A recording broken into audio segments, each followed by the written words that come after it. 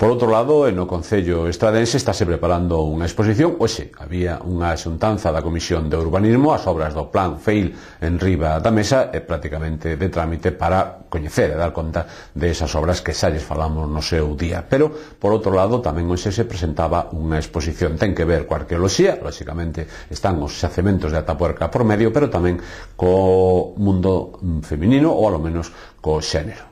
O Departamento de Cultura e de Igualdade do Concello da Estrada organizan, xunto coa Fundación Atapuerca, a exposición que baixo o título Arqueoloxía en clave de xénero terá lugar na localidade estradense dende o 3 ao 21 de febreiro. O horario de visita será o habitual nesa sala, ás 6:30, de 6:30 a 8:30 en días laborais e de 11:30 a 1:30 os sábados. A obra está composta por 39 fotografías e 2 paneis explicativos que dan a coñecer o día a día do traballo nun xacemento arqueolóxico, non só no de Atapuerca, senón noutros da Península Ibérica como de Abric Romaní en Barcelona. Ademais, introduce a perspectiva da muller como axente da investigación científica, permitindo visualizar o seu labor no traballo de campo, pero tamén en ámbitos relacionados como, por exemplo, o laboratorio.